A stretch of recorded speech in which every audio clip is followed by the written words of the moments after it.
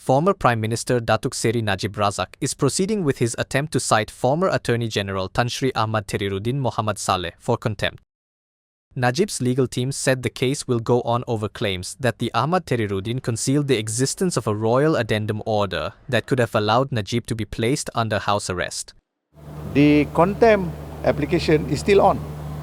Sebab when we are trying to discover that document, we are saying the respondent was not honest. He should have said, I've got a copy. And then he can say, I've got a copy, but I cannot give it to you because we think it may not be enforceable. He can do all that.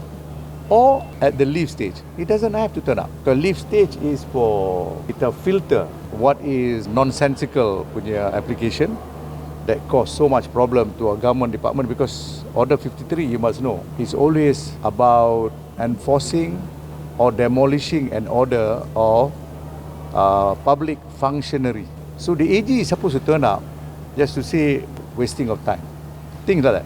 But this is a case involving the AG himself. Can he appear and say something to the effect that there is no case? You yourself are in issue under Order 52 because we're saying the former AG committed contempt. Najib's appeal against the High Court's dismissal of his contempt action on Ahmad Terrirudin, who is now a federal court judge, was initially fixed for hearing before a 3-judge panel at the Court of Appeal on Friday.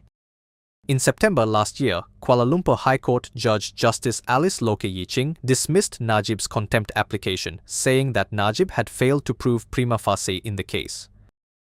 At the outset of the proceedings, Justice Lim Chong Fong, who chaired the panel, questioned whether Najib's present appeal was linked to another case presided by Justice Loke.